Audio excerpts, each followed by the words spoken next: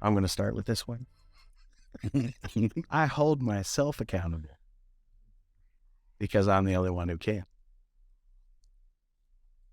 Is there more to that shit? That's it. There's no more to say.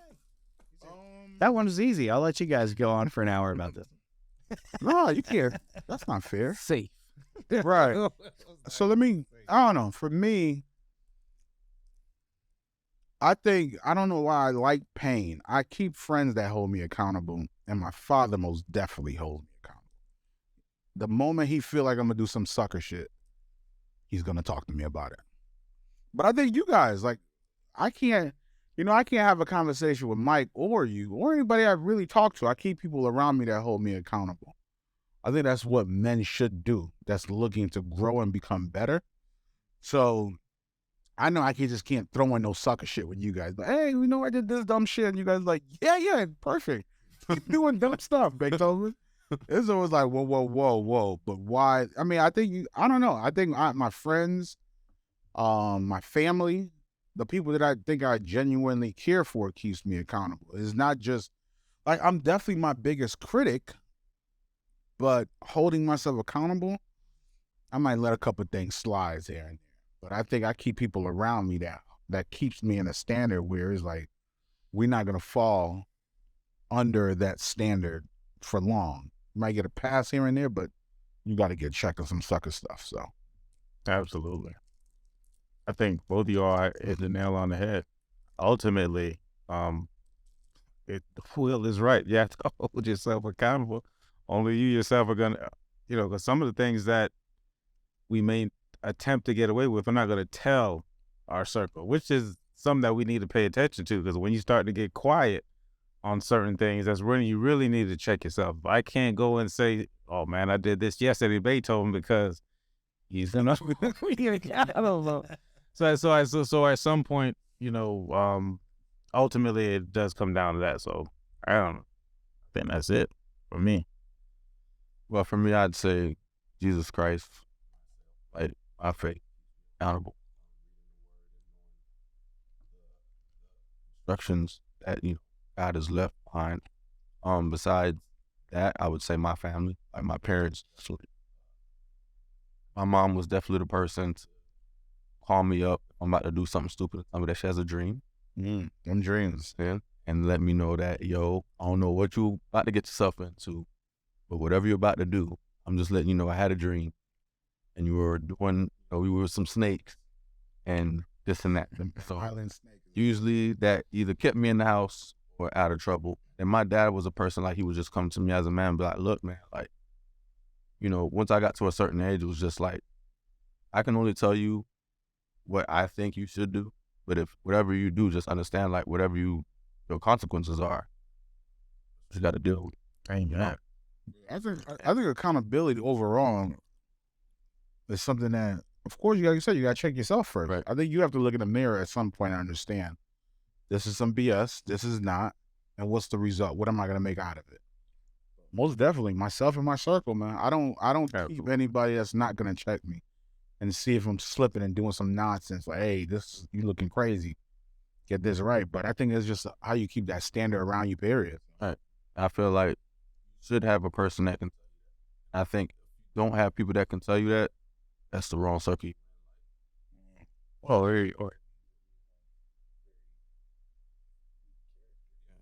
If you got yes man. Yes man. And if you're a person that doesn't like people telling you that you're messing up, that's even. I mean, I think there's also a way how to speak with people. Definitely. Yeah, I was gonna say, I think it's tricky because when you start saying something like, 49. You all the shit, bro. I know, but the thing here is, because this is a conversation I'm continually having. You didn't know this was a quick reminder. Yeah, quick reminder. Well, you're old as shit. Okay. Now that I am old, but the thing I look at, and I've had this conversation with a number of people lately, that life is about choices and the price you have to pay for that choice, because there's no choice that you make that doesn't have a price. Whether good or bad, a consequence. And that's the funny thing, because some of us look at it as a consequence. Let's just call it a price. If I know that that's the price, then I'm willing to pay it. Okay. Moving.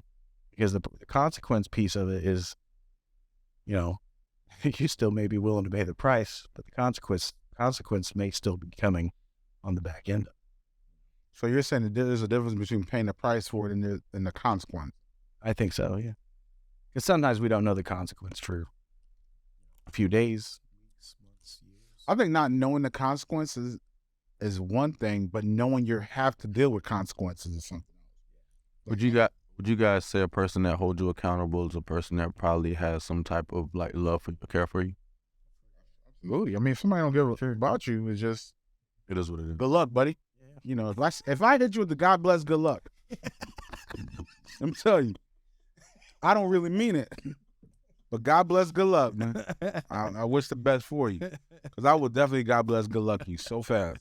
But I don't know. I think it has to be some type of care, Right. some type of love, some type of Affection, right. affection is somewhere that somebody that's gonna hold you accountable. I think that's a term of endearment. Endearment. Yeah. Hey, my man, you looking crazy. Or, hey, this, or speak about this. I think you have to, but once again, I think it start with the level and the relationship that you have with people. Mm-hmm. Your circle should definitely have that standard. If you don't have that in your circle to chop it up and speak about this nonsense or good thing or bad thing, you don't have a pretty good circle, pretty solid circle. If somebody's looking for that information. Mine feels more like a square. L7. Probably not wrong, Mike. You're probably not wrong. Yeah.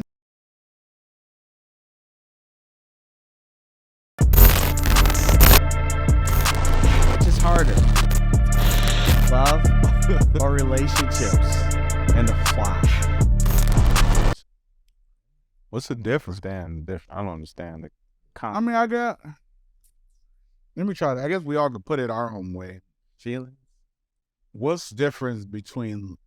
So the question is, what's different between love and a relationship? I mean, I guess you could be in a relationship with someone and not love them, And you can also love someone and not be. and be in a relationship with them. So is it what's better? What's harder? Harder. I think the hardest thing is to be in. You can't do the one without the other though. I don't know how you could love some. No, that's not true. No, you Shit, can have one without I'm the really messing up. Cause I know some people in my family, boy, got a relationship with them. I love them, but I do not have a relationship with them. I don't know. Well, obviously, you just answered the question that probably the relationship part is not. I think the relationship part might be the hardest thing because you have to be able to communicate, receive. Is that the context of it? The I context? don't know what's the context of it. I don't know. I guess we just proceed how people who are There's also a depth of relationships. So what's the context of it? Yeah. Like everybody's Like Romantic. relationship. so okay. Absolutely. Yep. Yes. Love them to death. Yeah. Yes. Yes. Yes. That's why we got sugar daddies now. What are we talking One about? time for sugar. One What? Time for sugar. That's what? Of course. If we're talking about like romantically, I would definitely say it's probably harder for somebody to love somebody that going on. than that. But like the relationship part, if we're talking it like that way, then I mean we got But I'm sugar still not daddies, getting and it. sugar mamas, and Which is harder, to love or have a relationship to maintain it. Cause you maintain a relationship with somebody that you there love. Yeah, I guess you could love someone but still be disconnected from them. So that's easy. That's easy. A relationship with someone you don't love, for me, that's different. That's why I am twice divorced. I don't really. So I guess I want to differentiate between being in love and love, because in love is that feeling, which How do you feel about that feeling, Mike? I mean, it doesn't matter to me. I love serotonin. No, I'm saying it comes and it goes. I feel as if, it's a feeling. You can actually conjure up that feeling. It's nothing but oxytocin and dopamines and, that Little serotonin. Yeah, little serotonin. all that good stuff. Take some pre-workout. It's a little more complex than pre-workout. The love, so that comes and goes. I don't even understand what that is, but the love portion of it, I think love is easy. Because I think you just love. We should just love people in general. You love what's good for them, what's bad for them. The relationship is the hard part, especially if we're talking about being that togetherness and figuring out, how we can get along, and, why is the remote on top of the TV as opposed to, where I put it last. But that's just little different things. I'm being facetious when I say that. But it's like the little intangibles that, you have to work on. I think the working of the relationship, that part takes work. The love part, I think you just love I think people. what I hear you saying is like you could trick yourself to love. To be in love. To be in love. Yeah, absolutely. But I don't think it's easy to love even when somebody's doing some dumb stuff. I think that's one thing I probably deal with the hardest thing, because it goes back to holding people accountable. If you're doing some BS, I don't know if I could still think I'm just in love, or even trick myself. But Even have true love for them. But I think that's where the relationship part comes into it, where like you can kind of love that person from afar, but that relationship, obviously doing those off, that's where the relationship becomes harder. Because exactly, you got to build those boundaries and put those things in between you. So it's kind of like piggybacking off what you said, where it's like I have family members where I love them, but like I make sure to keep my boundary or to keep myself away from them, because I know that relationship part and trying to keep that relationship is the hard part. So how do you think they perceive that though? How do you think families, when you create, because from my experience, and I think just overall, when you create boundaries with people, I think that's when they believe that you don't love them. What they feel has nothing to do with what I have. What they got going on is what they have, and there's a lot of stuff that they need to work on, whether or not they see it or not. So there's some people, if you don't give them something, that might be their love language, or they might just be takers, then you don't love them. But you know you love them, but either you don't have to give them, or they got to deal with the rest. Yeah, they have to deal. Because technically speaking, if me putting like a little boundary between us, because I know that whenever this situation happens, it causes friction between us, and I know that, and I'm trying to basically put that boundary where we don't have that friction, and that makes you think that I don't love you, I think that's petty. In a way, like, because it's like, that's what makes you think, that little thing makes you think I don't love you, but besides everything else, all the other qualities that I've shown to show you that I care for you, or that I have a deep love for you, like, why would that, for me, I think, or a family member to think that way or whatever, that's a little bit person. I think sometimes the concept of my father and I have great conversations. I like talking to my dad, but we have certain never talk about politics. It's boundary. It's just it's a boundary, or to me, it's just I'll exactly put a boundary around that, because I don't that conversation. I know how he feels. I don't have to talk to him about gun control, a bunch of other issues, because there's no value in it, right? It's just going to start drawing a divide. Gotcha. And that How did you get to the point to understand that? having Absolutely. shit. And the thing is like, it's just at some point, I decided that I don't want to be right anymore. I don't give a shit if I lose. It doesn't matter to me. Like, people who want to be right are missing the point. It's not about being right. It's about, can I hear the other person and respect them where they're standing? And can they respect me where I'm standing? And can we still care about it? And I think that's the harder part of relationships subject.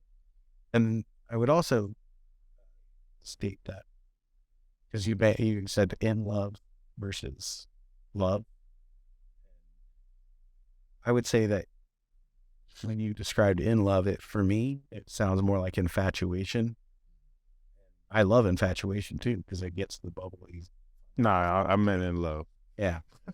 I mean, if I'm in I love, meant in love. I'm in love.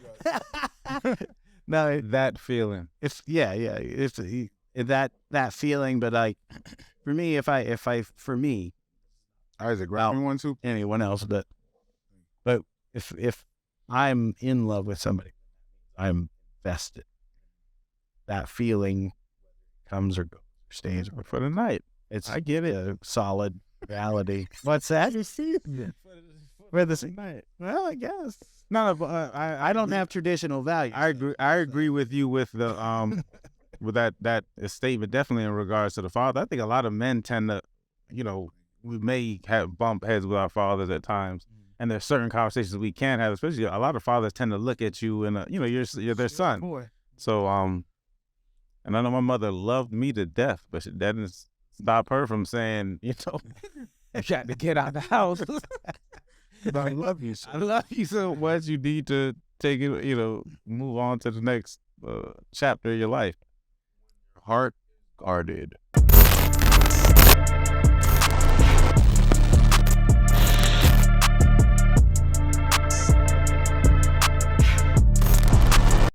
Ask, what does it take for a woman to break past that? Past that, my bad. So when What you does it take for a woman to break past that? Your guarded heart. I personally don't think that's up to the woman. Like to put that much Pressure on yourself. Yeah, If your heart is guarded, you got some things you got to work through. exactly. And maybe you need to leave that woman alone and sit back and then work those things. Do her a favor. Yeah.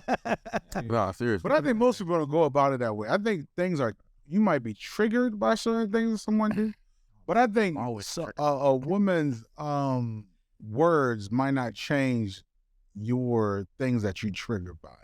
Her action might help you see a little bit more clear that everybody's not the same. A is not just from sweet words. Sweet nothing is still sweet nothing. Just a bunch of words. But I think to kind of develop a level of trust and understanding from another individual got to come through action, not just the nice words the sweet individual is saying. I think this is one of those rare moments where Mike and I really agree on. I changed my. Reverse. Backpedal. Strike that. Watch. Delete. No, but I think, but how many guys really go in? I didn't know you had to go do the work until last week. Really, like I'm still learning that every day. Like I'm telling you, I think I didn't really understand what that meant. I thought I really was doing the work every day. I just woke up. I didn't know I literally had to go and find the problem, what the problem is, how do I work with it, and a woman don't really make it or break it. I thought the moment I got triggered, she's a problem. It's her. I didn't realize I had the problem. Right, that's and I think that's She wasn't triggered. You were. I was triggered, but it was just through certain actions that She's fine with it. right. That was a regular day for her. But I think also everybody, once again, we don't come into relationship with boundaries. Like we don't say this is who we are, this is what it is. This is because 9 times out of 10 we don't even know what we're bothered by. We know this last person did this last person did that, but going into a relationship, Trauma. like I'll tell you, I really think I have friend trauma. That man said, No, I have friend trauma because I only keep the same amount of friend trauma. Right. Like I only can't. I have the same couple friends, the same 3-5 friends that I keep around because it gets to the point for me. I expect a friend, a circle, to hold me down the same way I'm gonna hold them down. And if you're not coming with that same energy, it's never gonna work. And I think that's overall. But once again, that relationship triggered. I don't know. When do guys really get the point to understand they're dealing with things? I think there's I think everything, and for me, it always comes back to, have you dealt with it? If your heart is guarded, why are you dating? Right. If your heart's guarded, why are you allowing someone into your life? How does a 28-year-old know his heart is hurting? A 28-year-old, I mean, I don't know. I mean, So much of shit. you can know though, because at the end of the day, like how are you acting? Like, what are your actions? Like, when But you're, who's telling a 28-year-old You know what? you hurt? You need to go. that's true. Okay, I mean, but I'm sure you have someone that's, all. I know, listen, I've slept with some of my homeboys. Word, remember the Listen, I've seen my homeboys. I don't know what he's talking about. I just bumped fists with him. I'm not gonna lie. You know what? I can tell you hurt, but you doing your thing, so I'm gonna let you do your thing. But I can tell that the dude was, I'm like, bro, like, you out here just wilding. But and that's saying that. What does he do? And that's just on here wild. that's avoidance, right? Like that's avoidance. So you're hurt, and so the saying is hurt people hurt people. I also think that healed people can heal people. So to answer that question specifically, it's going to take a lot of patience. It's going to take a lot of that person to be healed.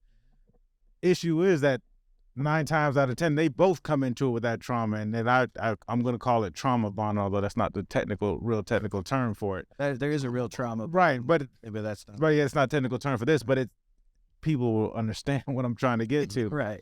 So it's like most of us don't have the tools to heal the another person that's coming in with that whatever it is that they're working with.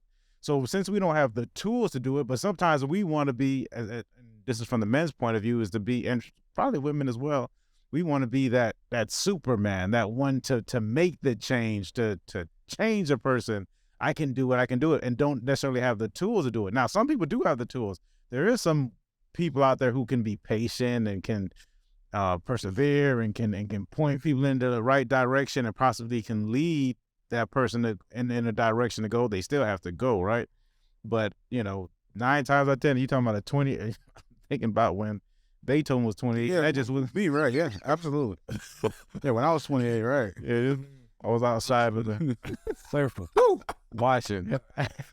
I Observe. I think the other thing too, though, is I think there's an amount of work that every individual needs.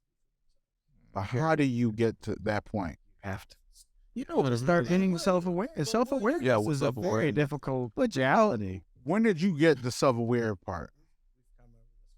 After the second, No, I thought I was self-aware a lot of the times. And see, look, try to kill. See, hold on. This is the. What? I was about to jump on my seat. oh my God! I was gonna jump on my seat. We can leave that there. But I think for me, self-aware, I'm thinking at the age of. I don't think people get self-aware at all for the most part.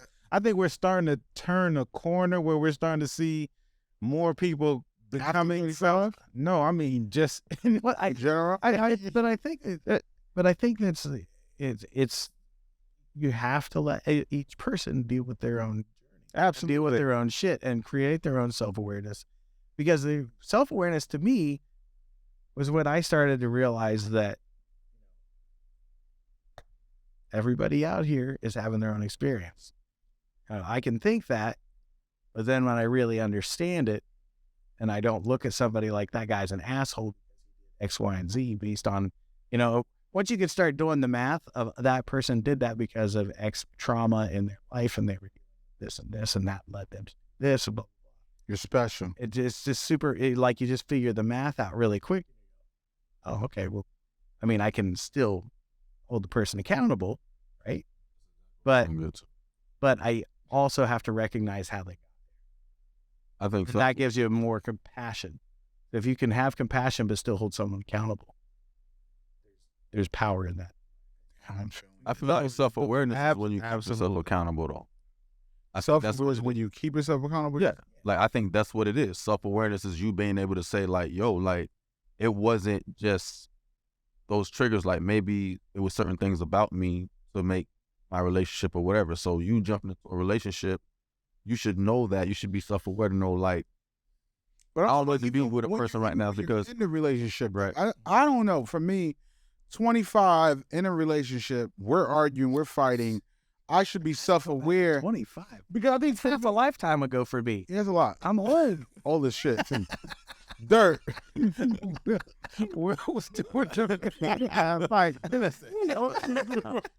No, but I just don't understand how The late 19. back in the early 1900s. People, what is this late 1900s nonsense? 1998.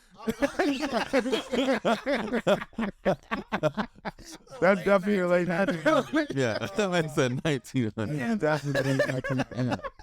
No, but I just really don't like hearing that, us being self-aware and all these nice words. How the hell is a 25-year-old man? I don't think there's 40 and 50 and 60-year-old people Self-aware. that are self with Aware to understand But where they're self-aware. yeah, I would consider myself self-aware, but there's not many people. I don't interact with many people who are that self-aware to understand. unless I'm in a certain circle. Right. And so that I can agree on. I totally agree with you. There's I would say out of society, if we're at 20%, I'm feeling like we're doing pretty good. You're a good guy. I said if it's the biggest 2-letter word in the world. If You're pretty nice. so, I think we're probably closer to about 10%, maybe. You're still. Thanks. Because the type of conversation I have in a day, I'm like, there's no way. I think we're more than 90, 95, 5, a good level. and there's a reason for that. They're called the 5%ers. I work with kids, and I see these parents. Trust me. Oh, I know it. I've been one of them. I'm one of them. Yeah, I work with kids. I see some of these parents come in, and I'm just like, So so to have this conversation in regard, and I don't know how we got to self-awareness from, I guess, Because self-aware to be in in that relationship. So I just don't think people have the tools for it. I think the majority of people tools have, tools have to be learned. Yeah. Do you agree that a woman can't communication, like break past that, or do you feel like a woman can help a guy break duty. I don't think it's a first. I don't think it's a woman's responsibility. Then I feel like, then that's my thing. It's not her responsibility. And she's like like, that's a lot of pressure. Yeah, that's too much. Stuff to think that you gotta. But you gotta look at it. There's so much level of manipulation that goes on in a relationship that. And some of these women are preying on men with trauma. Whoa. Dang, here we go. Whoa. Oh. I'm telling you, the level of moonwalking I'm doing. We're talking about. I mean, I'm just answering the question. See, Michael Sullivan. I'm trying not to get. so you're saying that there are certain women out here there there are both men Go and fix women, but since we're talking about women who prey on people with trauma, and you can go out there and you can see it in some of their just repetitive behaviors. Okay, so that guy did that. Then you brought in the same guy that had the same MO, and now he's living with you. So you could baby boy him. You could son him in your house and then kick him out with his Winn-Dixie bag. No, but seriously, like this goes on, and men do the same thing. Some men look for women with Stevie J. I don't know. But that Is that the dude that you Love and Hip Hop? Yeah, I don't know. Oh, I'm sorry. but you're right though. That is an MO that. Yes. But that also, weirdly enough, feeds back to the trauma of each other. Right, absolutely. People's trauma attracts each other. Or they're sick sociopaths, but Yeah. That is a little bit of a sickness. But there's, and they really are. I think to get back to the question of conversation of can a part of a man's healing, I would tell anyone, if you have a relationship, the only way those wounds through a healthy relationship. You're gonna have to do your work. There's only some things you can heal with another person, because you don't know how to trigger yourself and triggers are until you're in a relationship with somebody who to the test, but they're not doing it on purpose. They're also, if they're that healthy partner, they're gonna stop and go, hold on a second, what happened here? And then just a walking. Yeah, that's big. Yeah, that's big. So that to me it takes a relationship. So it's just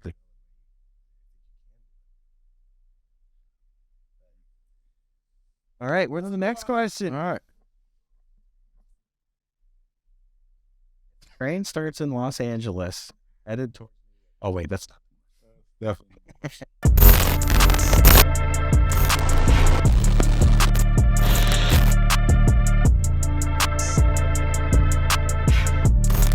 Intelligence. These kids gonna be marrying a robot. I think it's a real thing. I think artificial intelligence is a real thing and is gonna bring value to the business industry. If you understand how to take something and utilize it in your everyday life, business, like artificial intelligence, I think you're gonna be ahead of the game. Absolutely.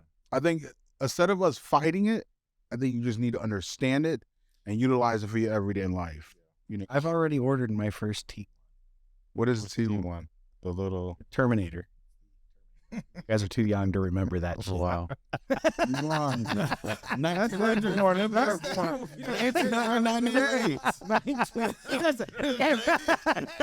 from the late 1900s. That's what I understand.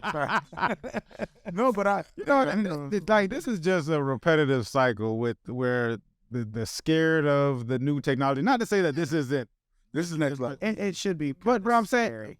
but at the same time, like my son he's not even 2 and can grab my phone and knows how to do and go to his things. And you got so these kids are so advanced. It's going to be different from what we know. But I mean, if you grew up in the late 1900s or, you know, or like, I remember like phones. yeah, Don't remember that. But I feel like, I do feel like health-wise, it's probably gonna be bad for them because they're probably gonna become more lazy. I mean, like the TV. culture now. I think You know what I mean? Like, it's like the TV, like video games, Like they're gonna be, I'm gonna go to the gym on the couch. You know what I'm saying? With the I think it's a little bit of VR. But listen, with the they're starting to get so advanced with within the fitness industry where they have different programs where their people are going to the gym and are in pretty good shape, 30 minutes twice a week. Yeah. You know, if you look up Dave Asprey, that's the bulletproof guy. Like, he's all into this stuff, and so there's like different form. I mean, it's just the advancement of humankind. He's got into life hacking. Yeah, he's like, but yeah, I think the guy's last name is Green, the one you're talking about. Like, yeah, you can do 2 30-minute workouts. right. Stay in. 2:30. Wow. And these things are starting to pop up, and who doesn't want that time? I just think the intelligence that the AI have is unmatched. yeah, that's crazy. But you're still gonna have to do some extra work in doing it. But we're using it in the company now. Like, we put a proposal together in 30, 40 minutes with AI now and send it out. We still got to do the design. Even that point, we don't really have to do that with so many AIs right now. But These people start handing out discounts. yeah, no. A proposal. Let me tell you one thing I learned about the AI. Because I know several people that have the AI but still don't know how to get their work done. So having an AI is not Most people don't even understand how to prompt and do all those different things The too. prompting is complicated. Yeah. I messed with, was it? You're one of those people that don't know how to. I don't know. Chat. I've had to use real intelligence the whole time. Oh man, And it's best. And it's like being a handicapped person. Did you say handicap? Yes, I don't know if you. mentally handicapped person. I don't know nowadays what you can say, so I don't know. I don't know. Back in the late 1900s. You say handicap? That's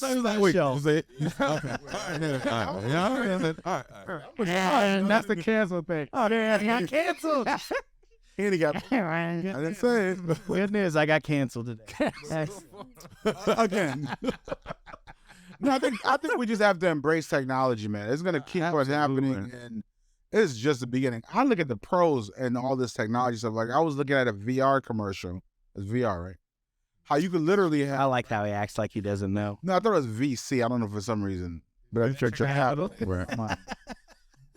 No, but I was watching this commercial or something where you literally, and even back in the days, like a couple months ago, where you could literally have meetings, like early 2000s, Early 2020. older 2020. No, just to be able to have a meeting and then to create the environment. Technology is gonna be Yeah. Huge at that. Right. Yeah. I still think there's like a huge advantage for people who can still do face-to-face, can still do 100%. meet, just having that, the ability to network and to talk to people and have those, like, I think there's going to be a space for that. There's going to be a space for, the super AI future that we're looking at. But I think the future's going to be bright, man. I think Human connection will never be this. Yeah. Right. But if you're a person that can have that connection and you're able or willing to adapt to the technology and the AI stuff like that. Like even this crypto was such a big thing a couple of months ago. Now, I mean, there's people that don't even know about it still. It just skipped the whole crypto conversation. So I don't think technology is going to keep on growing. I think before you go against it, you should just line up. And and be a student of that thing because it's going to change on you real fast. Like Will now, he has a remote control, so he could change the TV now. Oh, wow. Getting up. Oh, change Back in the 1900s. I do this. In the 1900s, he had to, with the antenna. like, put some foil on the tip. Now there's like, Hold on. Are you sure that was, I don't, maybe that's a black thing. yeah, we had you guys, it was like, Ben, turn the TV for me. We didn't have the remote. Ben was the one. Hey, Billy, turn the TV for me. I was the remote growing up as a kid. See, white guys, turn the TV. Here, I remember it like this. And then my stepfather going, "Don't turn it so fast, you're going to break the damn handle." See, back in the 90s, we didn't go through that. We were at the VCRs days. So. Oh, no, you were. Nah, I didn't have no VCR, so I definitely was a remote. Damn, you was a remote. I was definitely a remote. Wow. So, Yeah, I was How old are you? 38. but he still was a remote. He had I was- Haitian parents. yeah, that's it, He yeah. definitely was a remote. Yeah, I definitely. And they watched Wheel of Fortune. I didn't have a TV in my room until I was Same like, thing we watched. They let black people watch it also. Oh, sorry, cancel. I was serious. We're gonna get canceled. Is it like peanut butter? I'm saying. Doing this with you, bro. I just think we should have played that Grant Cardone thing because they were calling him to be fun. I said Grant Cardone been saying crazy stuff for the longest time. Oh, is he got It's a canceled? long They're time. trying to cancel. I drove past his house today. I don't think he's getting He's gonna be all right. I don't think he gives a shit. Yeah, I don't think he cares either. I think he'll be all right as well. all right, I think we're ready for the next one. Michael's probably back there right now. Come on. All right, Skip. Woo! They got on him. Come on. Skip. Oh, man. What would you do if your young son wanted to paint? That's the style now, it seems. I think I seen Little Yachty has his nails painted and NBA young boy has his. I'm gonna ask. My father used to. I remember we used to walk through the mall. My father, you see people with their pants hanging, and my father was like, "You see that?" and I was like, it's dog. When I was in school, last minute. He's like, that's just not. But then it was okay for you to wear the bell bottoms and the clogs. Like, come on, man. Like, so. Just audition. Yeah. Yeah, but I'm still not ready for nail polish fashion. That's a little. I'm not. I don't think the Mystic Force is about nails. It's definitely not. I'm not gonna play that. I'm not gonna play with that. I'm not ready for that. But again, I would just ask why. Like, what is the purpose? Like, what I'm saying, why do you want to put it on? Oh, you would? My friends put it on. Like, And I'd be like, okay, so like, but that's they jumped off the bridge. I jumped too.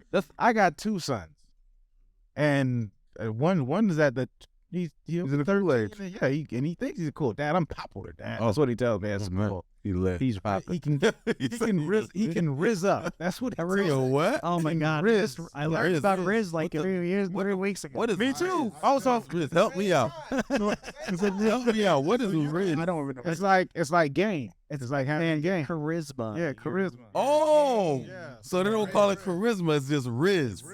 Oh, I think so. They don't call it But cool. the weirdest thing I heard was when they call each other out on, oh, they're risen. I'm going, They're risen. If you got game, you don't call out somebody else's game. Yeah. You don't do Where it. you risen, boy? You're right. Oh, they're risen. I'm like, what? Definitely. So I just think there's Rizz. we have to start to give, and if we look into it, and I went to a highly effective communication for teens. I went to a seminar the other day, and the guy was saying that the suicide rate is up in teenagers, especially since 2020 and what's going on. Part of the reason why he was like, there's a lack of autonomy.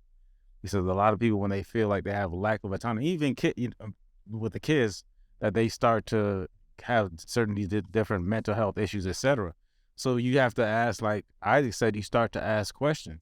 I mean, just because like I said, we don't agree with it. Like Right. If you had asked me 3 years ago, you know what I mean, it would have been a totally different answer. But now having conversations with him and seeing him at 12 or 13, it's a different conversation I'm having with him. And I want to say, just through awareness, etc. Like the last maybe 2 months, his and I relationship has totally changed, just based on being able to ask him more questions and coming from the place of compassion and love. Because I know when I was a kid, I was a hell raiser. So compared to me, I'm like, I'm hugging it. Pretty nice. I'm hugging. I'll hug that hell out of this kid. Every time I say he's not exact. Now he has, certain things where he's with bumping heads. Right. But when I look back and think, back in the late 1900s, You hating on his Rizz, man. I was Messing up his I was Rizz. a That's force what to it be was. reckoned with. You know what I mean? So I'm just proud of who he is, and if I can, I love that when Will came in earlier and we were talking about his daughter. He's like, man, my daughter can tell me anything, and she just turned 21. Happy birthday to her. And that's the exact relationship that I want to have with my kids, is to be able to, for them to tell me certain things. I'm gonna be excited Right. about everything. But right. But I You can think always there's- trust me. Yeah. But I think the key thing is like that I see with a lot of it is letting your kid feel seen, or having that conversation, or having that connection, and you're not lashing out at them and telling them, oh, this is stupid, I can't believe, You're letting them- because you're letting them come to you and say, oh, this is how I feel, and like it's a very powerful position to be in regards to powerful as in understanding as a parent that I must have done something right. Not powerful like I'm in a position of power, stretch of the imagination. But I think that's to me, it's like, it's such a great thing for your kid to trust you, Absolutely. that they're not afraid to say something. Like, my daughter called me today. Sorry if I'm telling anything, kid, but she called me today because she was sick, and she felt better, and some friends wanted her to go do something fun. She was like, but I still have my studying to do this. And I was like, well, I'm not going to tell you what to do. You're an adult. You're already figure it out. Figure it out, and she was like, okay, well, thanks, Dad. Thanks for not telling me what to do. Appreciate it. And then, gave her more power. Right. And I think that's a very important piece to that puzzle, is helping that to empower them. I have always told people, I never taught my daughter what to think. I will tell my daughter how to think. If I teach her how to think, she'll figure a lot. And, it's not that you don't have the conversation. You still have the conversation. But you don't tell her. You don't put your ideology ever the lane. Well, or ask her, like, for instance, she would come to me with her life, ask these questions, and kind of go through what would be the consequence of that. What would happen? Absolutely. How would that person feel? How would you feel? And then that helped her to start, being aware of what that decision. So it's a really great place to be with your kids. Just an amazing place. And we had times when we butted heads, some things. I failed as a father many times. I still apologize to her for it. Yeah, it's just honestly, it's just letting them feel seen and heard, letting them feel like they can, like have to your judgment. That's I think when you fear your parents' judgment, that it's just nothing. right. You're like, nah, I'm good. I didn't know to. Yo, I was, but nah, like, but of course, I still fear my parents' judgment. of course. But like, I think, with your son, like we said, it's like, for me, again, it's just asking them why. Like, what is the purpose? What do you? So what do you think your father would tell you if you came to him and say, Dad, I want to paint my nails? I already know. Dad would be like, well, are you a girl? You want to be a girl now? What happened, Isaac? What's going on? Isaac, what's wrong? What's going on, my friend? What's going on? You want to be a girl now? So, like, I already know, but like, he still would have that conversation with me, but he would also explain to me, like, look, like, understand that, you wearing nails or wearing a nail polish is a woman's thing. You know what I'm saying? It's been basically for women. You know what I'm saying? That's what it's perceived as. So understand that if that's what you want to do, you need to understand too that you might have some blowback from it. Yep. Might want to say something. You might get these. Are you ready for the Right, exactly. So it's like, I'm not telling you, like, at the end of the day, like, he's going to, and he probably might forbid me from doing it or whatever like that, but he's also going to give me the real and tell me, like, look, I'm not telling you not to do it, but you need to understand too, this is what the blowback might be. So, like, understand that if you're dealing with that, I told you, get ready. This is what's going to happen. You know what I'm saying? Or this might happen. So be prepared for it. So I think as a dad, that's what you got to do for your kid. Like, you always like tell them, like, look, I'm not going to say or tell you, like, what to do. Because if you 18 or whatever, you want to wear nail polish, what am I going to tell you to do? I can't tell you nothing. You 21, you want to wear, I can't. But I'm going to tell you, too, like, bro, understand. You go out in public, you might get looked at differently. People going whatever, they might perceive you with. So understand that that's what you got to deal with. I'm still going to love you the same, but that's what you're going to deal with. And don't come to me crying when you're dealing with it. You can tell me about it, but I'm just letting you know, I'm not going to hit you with that I told you so, but I'm just going to be like, nice smell. But but it goes what state is that? It goes back to choice, price, consequence. Right. And that's really very expensive. That's really the thing. And what's funny is, Pay for it. like, you're talking about nails being painted. I mean, you guys know, Clearly. lightly tattooed, right? Just a little bit. And I see these young people with their necks tattooed and shit. And I'm going, no way. Not like my other body. Like, I'm doing UFC fighter. Right? Are you a UFC fighter? Or their hands, like we jokingly refer to hands being tattooed as job stoppers. But not your whole arm? But, well, the thing is I cut it off in the wrist. I don't know if you know this, but I was a real estate agent for 2 years, and my boss didn't know that I had sleeves. And because I always wore a suit to work. She had no clue. True. Then we went to an event for the company, and I was wearing shorts and a t-shirt, and she goes, holy cow. So, But even meeting, I'm a real estate agent now, so even meeting first clients, I remember when I was out in the hot summer with my 17-piece hot Florida summer, 70% humidity. Sure wish I could be those polo shirts, but that client would, and clients will do it. I had a client who said we wanted, came from out of town, and they wanted to go see a property, and I took them to see the property, and just judging where we were, and I'm like, because I can't tell them, like, you sure you want to go across the stranger? I want to show you this property. That's what you want to see. And they go, they're like, oh, whoa. So can you imagine if because their first impression, that's right. So people will judge you. It doesn't matter. Oh, for sure. What happens? That's just a normal part of life. But I think a lot of things have changed. I think you're going to start to see more people with tattoos in business, because you're starting to see, people of Will's age who have tattoos. Early, I think. And so you're more You can all thank Gen X for the tattoos. Right. You are welcome. Yeah. So I think it'll change over time, but at this, it's still we are right now, they're gonna wearing the nails because certain people are in power and they don't want to, they don't accept. I don't know when we're gonna get that comfortable, but all right, so you're not gonna get it blue? Yeah, I'm not. Such a thing? It's not. No. I think cobalt blue is your color. No. I'm not even having that conversation. Here we go. When or should parents get it?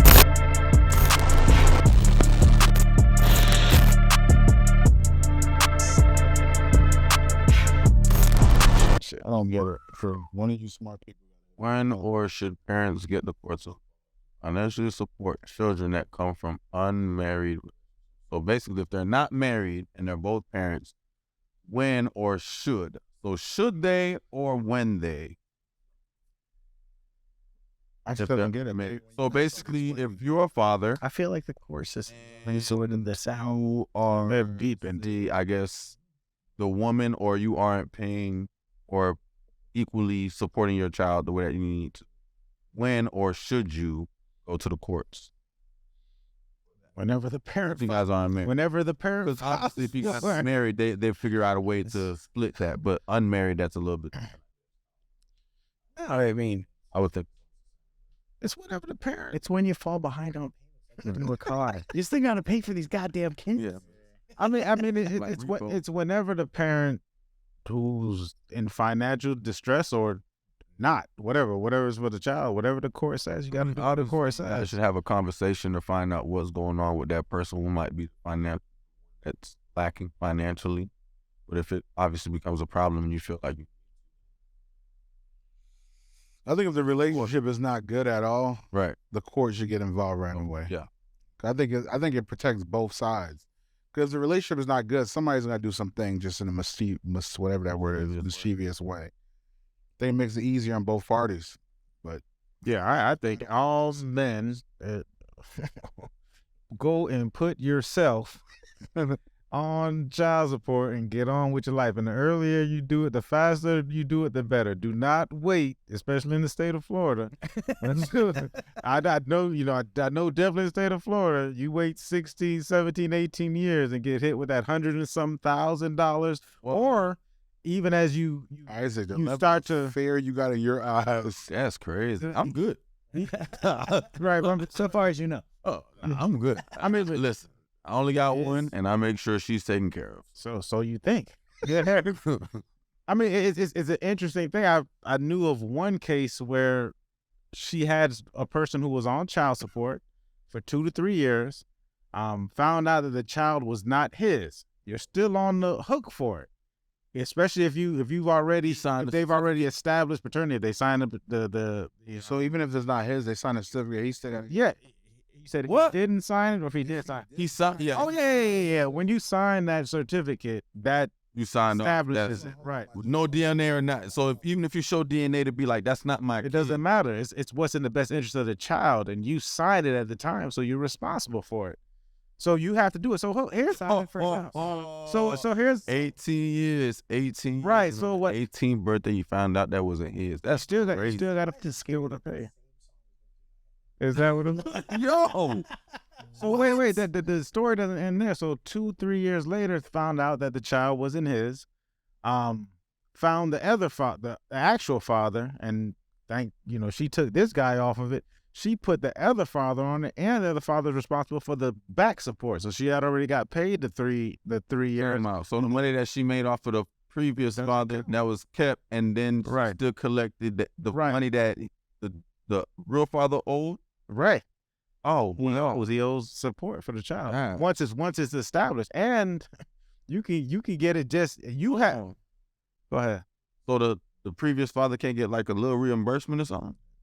Yeah, you better get that lawyer, right? So now you got to pay. So now you got to think about it. Is it better for me to go get this? And on the low end, Yo, I mean, Beethoven's like, yo, he's Yeah, blown away. children. Yo, that's correct. but specifically with this question, right?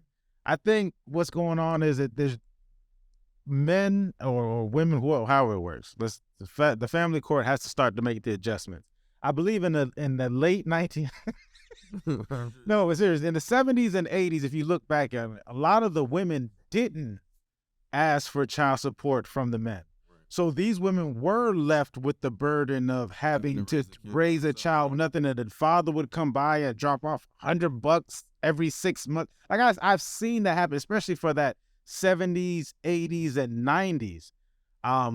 But since like the 2000s, 2010s, 2020s, men thought that you could still go and do certain things and get away with it. No, sirree, buddy. So could a man that's taking care of the child, could he go for back child support?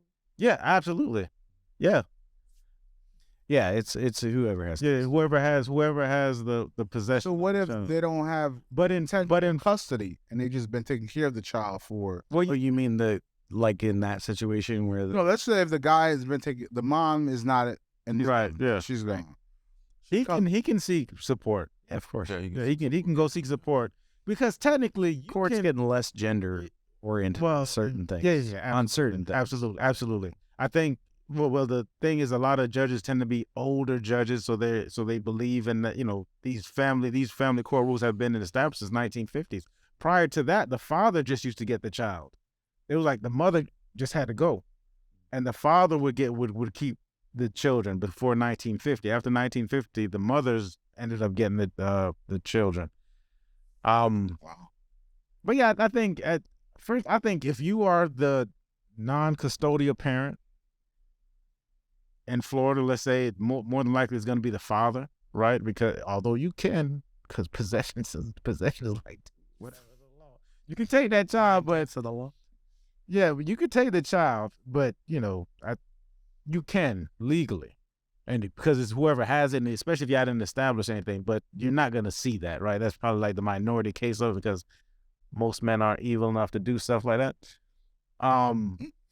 It's great, guys. Go and put yourself on child support, man. I'm telling you, go get your timeshare. Especially Florida's excellent with that. You know, you can get up to 50%. Go do what you need to go and take care of your child and figure it out. Sounds so out. It's the price. You gotta pay the price. The answer is if it's an unhealthy relationship, go healthy or unhealthy. Healthy or unhealthy. Go on and put yourself on. It should be. It really, it should just be. Just go immediate. Yeah, you guys should do it. You need. People just take responsibility. Yep. Right. Set that boundary. That's really all it is. I mean, I raised my daughter from the time she was 15 all the way through. So her mom, my daughter decided. So could you get back child support for that? My ex paid child support, but it was a very small amount. Right. And the amount that I paid to her for the short time that we were sharing 50-50 custody, the amount I paid to her was. So why? So if you guys have 50-50 custody, why should you still pay child support? Because I money. It's who makes the most money. If it's 50-50. Yeah. And then after that, it's a sliding, it's a scale. Just go put yourself on it. I think a lot of people are trying to hide from certain responsibilities, drop off, and then get it recorded. Because you do have some people who are doing a lot and giving, and if you have not established it, it's like, I think I just saw an NBA player who said he was giving her a couple $1,000, whatever it was, and he still had to pay like 200 or something thousand because she decided it wasn't documented. He was giving her cash? Yeah, he was giving her cash. I mean. But he's probably not telling you. No, I'm selling that. Something. I got to get some type of copy, some paperwork, something. I think this was before, Zellen. You got to put everything in because, I just spoke with someone today. Thank God. We want to know in court. The mother went to modify the parental plan to where she would get the full custody of the child. Yeah, I want to know. So she would get the full custody for no reason. So and the judge set up there and said, we're not modifying the plan because there's no endangerment to the child. This is the best interest of the child, and that's where it was. The guy called me ecstatic, and we celebrated. We said, because nobody wants nobody wants that thing hanging over your head. You don't want it hanging. One in court. You don't want it hanging. You don't want it hanging over your Hot head. boys, 1 point. We up, baby. City we up, baby. 10,000, maybe. Give us that. One and only. Yeah, give us the points, man. But man, you want to put yourself on it, man. It's just get ahead of it. All right, fellas. Got a unborn child, whether y'all good or not. unmarried, get ahead of it. Get ahead of it. It's, You on it. that it? It's gonna be so. That's a scary one. That's the Yeah, but I'm huge on men taking care of their children, man. Take care of your kids and let it be known. But again, you grew up in Yeah, it's so. and like, I thought it was what you should do. yeah, exactly. I remember when I went to school and I started like looking at kids in a different ways, and I was just like, oh man, like, you know, what you and your dad about to, you know, and he'd be like, I ain't got no dad, and I'd be like, How do you get I'm like, but then as a kid, you don't even think like, how you ain't got no dad? You got a dad? Like, what? You like, Yeah, we didn't even have that conversation. You know, I might start a fight. No, no, what you don't get as a sperm donor. right, He ain't got a father. right. Yeah, I didn't even.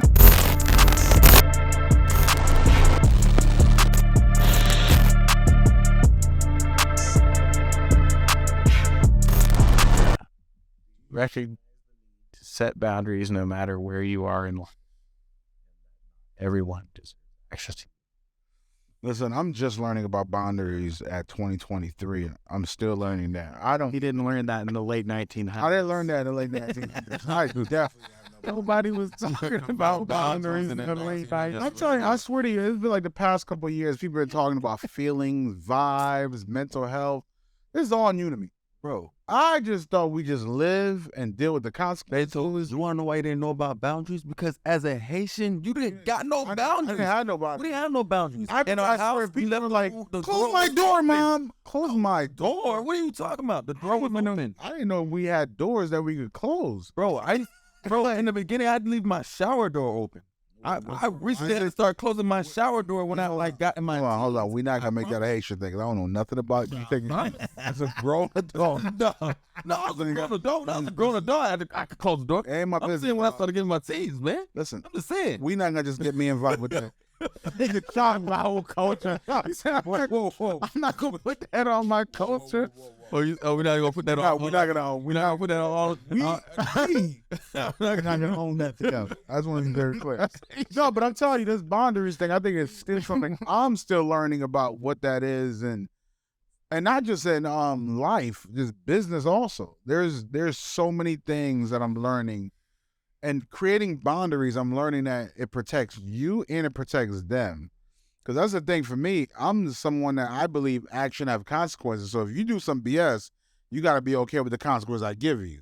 But it doesn't work like that in business. It doesn't work like that In everyday life, relationship right? either. It's just that I think you get to create your boundaries, but I'm still learning every day what that thing is of how do you create boundaries, and it's very new to me.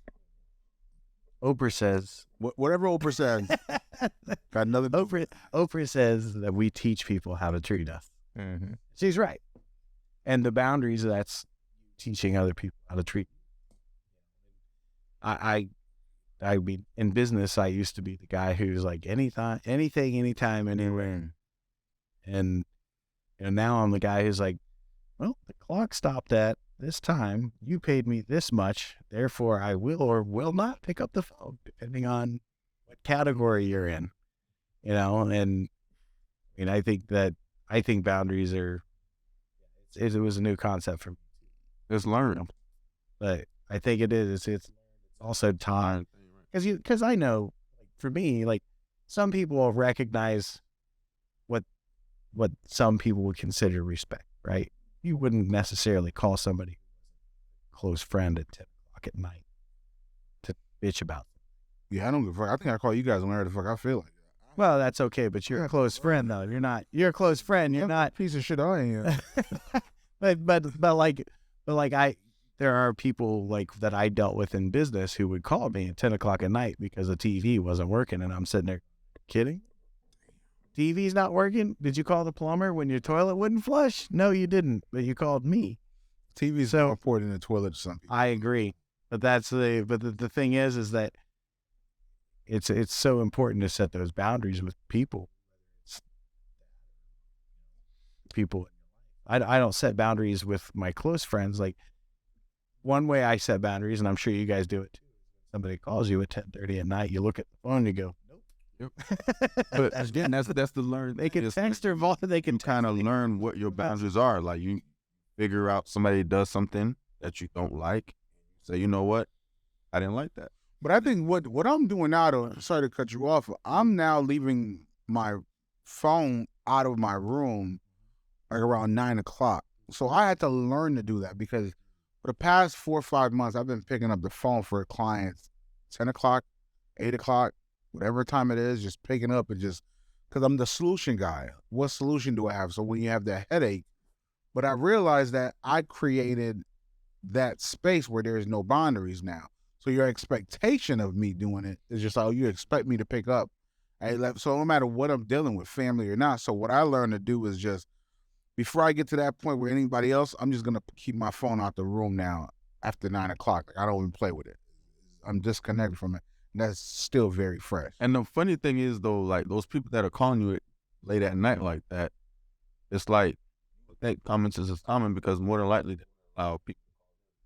I don't think they care. I think some people don't have boundaries for themselves, so they create that same scenario for you. I don't think they even understand it's not a proper time to call because they're the owner of a business.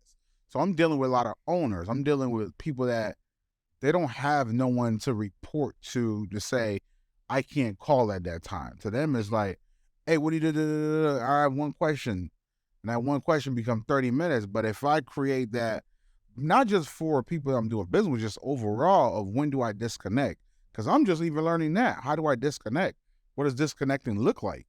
So now I'm learning, keep the phone away, disconnect from this, disconnect from that.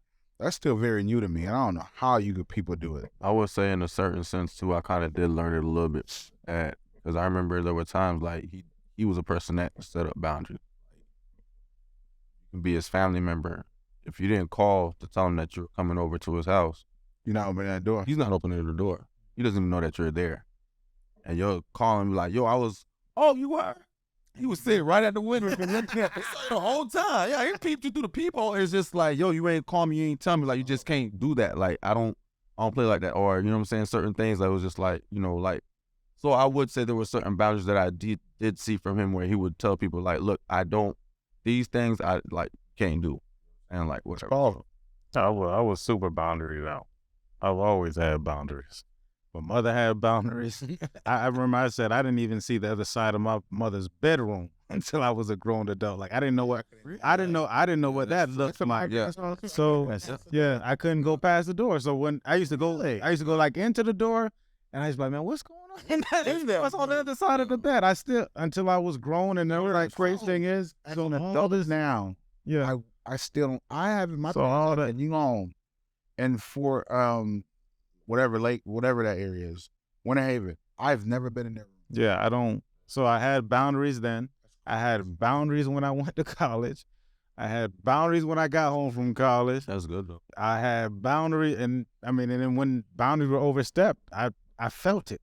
So I'm aware of that. Those were set, and now I can be effective communicating. But even with the clients, I did it unknowingly. So when they call me out of time, on the, Michael, I know you're, sometimes even during business hours, Mike, I know you're busy. Yeah. I know because I set it up. Hey, do you have a real estate? I can pick up the phone at 9 o'clock. I'm not picking up the phone at 9 o'clock. I got things going. Yeah, Sunday, I might not even talk on Sundays. Mm-hmm. So we're definitely not having a conversation but then I let them know, this is my time, but, I'll be able to answer your questions now. But it's definitely important for other people, especially when you're in a relation with people, whether it's your girlfriend, your significant other, to establish those things because I can say that because I didn't set that expectation, a lot of people walk around on eggshells around me because they like, I don't know if I'm breaking Michael's. I know Michael got a barrier. Yeah. So now, that's when I learned, okay, so I need to effectively let people know this. Listen, this is, just can't pop up at my house. Yeah. It's respect. It's a respect thing. I think people respect you more when they do it because now it makes. No, they respect me, period. Yeah. No. Just on that point, they respect me, period. But I feel like. But it's more so for me having compassion towards them because I noticed that they're walking around like, I don't know if I can come to Mike's house. You know what I mean? Like, I don't know if I should just show up or What back in the days, they used to drive by his house and look like, yeah, just be what? Like, what? I'm not gonna look right there. I'm not answering the door. But it was and a pop-in person. Don't pop the in. door just pop up. Just because, I mean, I'm always going somewhere anyway. But, you know, if you're going to pop in, you should probably call me 15, 20 minutes. Let me know you guys like to leave out. So I can tell you that, yeah, I'm going to be here, or no, I'm busy. Yeah, Right. And that could be busy sitting at home. yeah. So Busy. it's just, but yeah, that boundaries is such a thing for people. But I think there's such a powerful thing when it comes to boundaries is if I know where I stand with someone, stand there, it makes my life easy. absolutely. It makes everything easy. Yeah. I have a tendency to, like, I'll send emails on a Sunday, people in my country. Expecting you to- And I know, I had one guy call me. I go, what the hell are you calling me for? He goes, I got the email. I go, don't call me. Don't call me. I'm thinking of it. And I sent it in the email. Right. So that means you can answer it on Monday morning. Start scheduling them. Totally going to be fine, man. Are you one of those people that hate text somebody and then they call you? No, I don't hate that. That's okay. I'm the guy who I have a rule that once we're past 3 texts, you better just pick. I'm not a 12-year-old girl. Gotcha. We gotta have the conversation. Again, you've been canceled about 4 or 5 times. Love it. Tomorrow I'm texting you 5 times. 12-year-old girl. All right. Damn. No, but I think what you said, you had, when we talked before, there's some things you want to talk about in the show other than relationship things. And what you said about real estate ones, about gentrification, I think it was. Oh my gosh, that's a whole thing. So let's add that before we wrap it up. I think We're gonna go into the gentrification. let's do it before we go. Okay. Because we had that conversation a while ago. We started a conversation about how shrunk and something else. And I've had this conversation because when I was doing real estate investment in Columbus, Ohio, this area around Children's Hospital became super hot problem. Place, everything. Spoke to a person who, and she owned her property, and she also, from conversation with, having conversation. You knew that from the conversation. Yeah, because well, because How did you do that from the conversation? she made it clear that she was a black woman. Okay. She was very clear about it. But she was making the comment about gentrification and all this. And I asked her, then this is a very important question we all have to ask. Because I'm a firm believer in being intellectual. And when you were looking at some of the neighborhoods that are being gentrified, who owns those properties? A lot of them. Not the people that live here. That live there. Right. And so when there's a complaint or a struggle about gentrification, question has to come. If you're building community, then best for people to own their property Right, in that absolutely. community. So then that can't happen. And it's a very frustrating thing to watch because I don't want to see anyone. So who's the problem and how does it get solved? Well, that's the good question, isn't it? Well, to Will's point, and great question. Like, who's the? What's the challenge here? Sometimes the communities are owned by, or some of these people do own the properties in the community. What happens is that you start to, like what happened here in Florida the last 2 years, you start to see property values rise. You know, thank God in Florida we have the Homestead Act. If you homestead your property, that your taxes won't skyrocket. But in certain places, that's not necessarily the case. They can't homestead it, so you'll. That's what happened on the what they were talking about on the Dutton Ranch in Yellowstone, to where you start to see the prices rise and the taxes rise with it. So these same people can't afford the taxes on the property. So in the case of that, what do you do? Now that's definitely a challenging issue, Now, for a place in Florida where you don't own these different communities, it's a huge systematic thing because we know that houses contribute largely to the net worth of most people. That's why African Americans net worth is 5,500. White Americans is like 180 or something because of the redlining, et cetera, that happened back in the 50s and 60s. But in the 70s and 80s, there were roaring communities. What happened to these different communities? And we could be here for hours talking about the different things that came in, whether it was the crack epidemic, whether it was the crack and drugs. Drugs? What you want to talk? I heard the cracker epidemic. I was like, what? You're going to answer. I wanted to make sure. I was like, I'm offended. I was like, where are you going with this? Well, I mean, mass incarcerations, the drug epidemic, so we had, you got to understand, there was a whole generation of men that were taken out of the household between the 80s and 90s. When we talk about the black wealth, where did it go? Largely family court, imprisonment. Go ahead.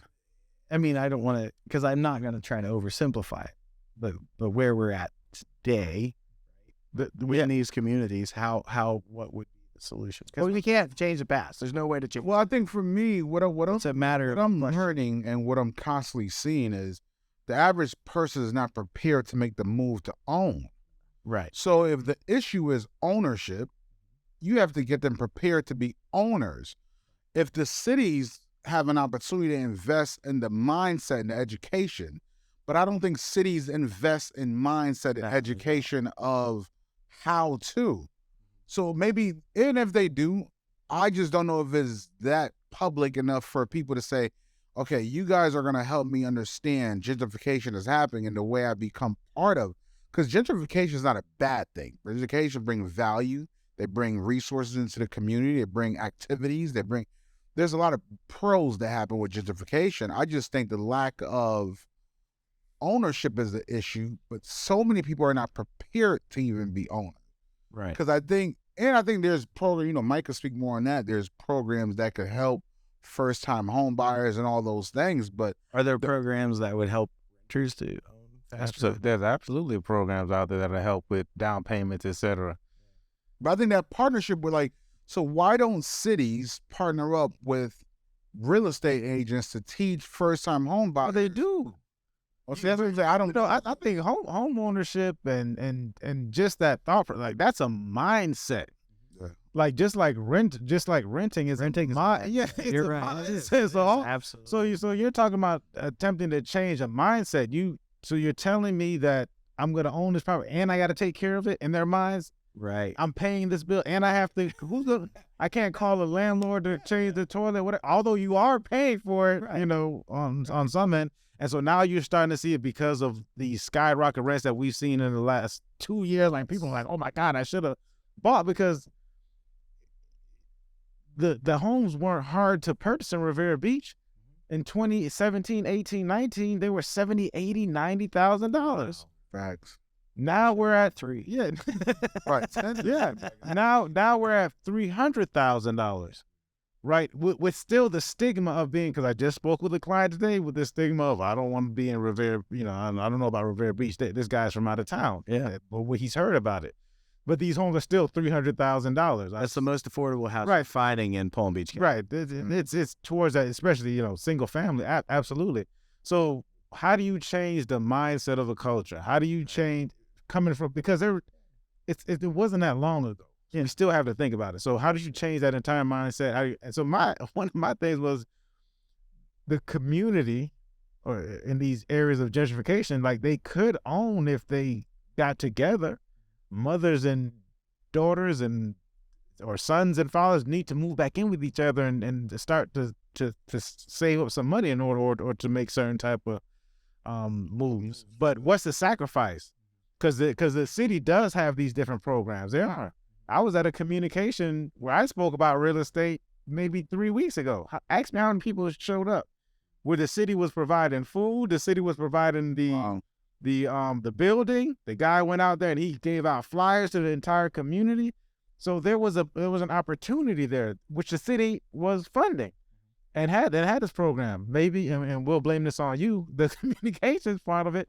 But so right, so how do you get a person out of this mindset of this renter's mindset to this mindset? Because the city's going to say, because we already gave you the tools.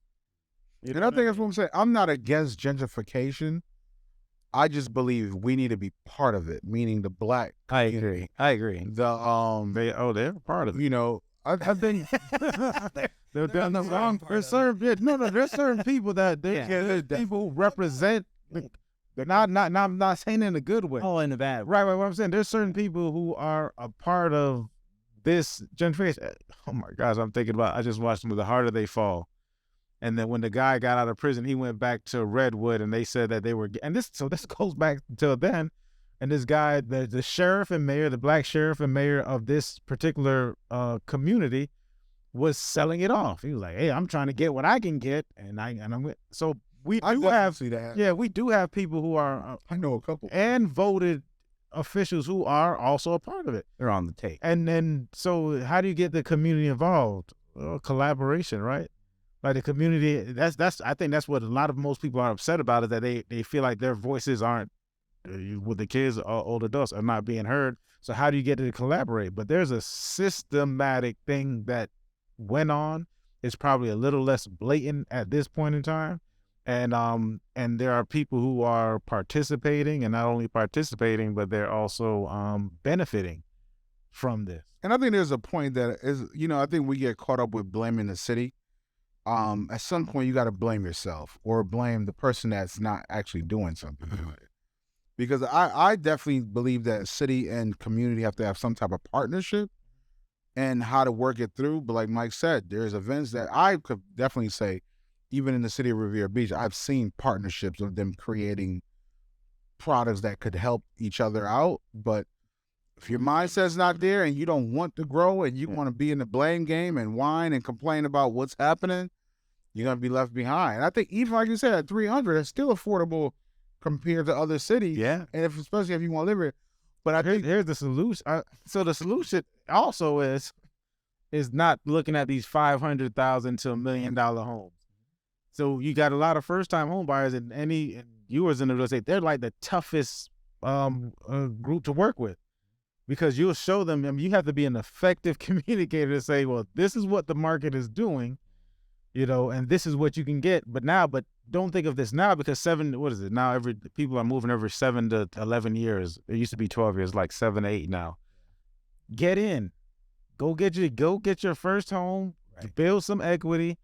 Take that money out of equity and then buy your next home. Or I've seen communities where they come, I mean, you go to certain places and they come from overseas and they all live in one house in a decent community. Pay that house off. When another house pops up in that community, they're the first one to visit. They buy that next one, and then this family moves in, and you have to move as a unit. Yeah. The renter mentality makes a terrible, unfortunate sense to me, because I also have had guys that I've work with who I'm like, oh, if you did that, you'd make this, you'd make. Their first thing out of their mouth is, but then I'd have to pay more taxes. I'm like, oh my God. Yeah. Well, keeping 70% of 100,000, it's much better than 70% of your current 30,000. That's right. Absolutely. Well, ladies, it's been real. I will never be back in this show. Don't ever say that again. Yeah, you're right, because I'll be probably. You'll be back here. Yeah. But no, great show. Is that it, Alexis? God bless. Good night. Absolutely.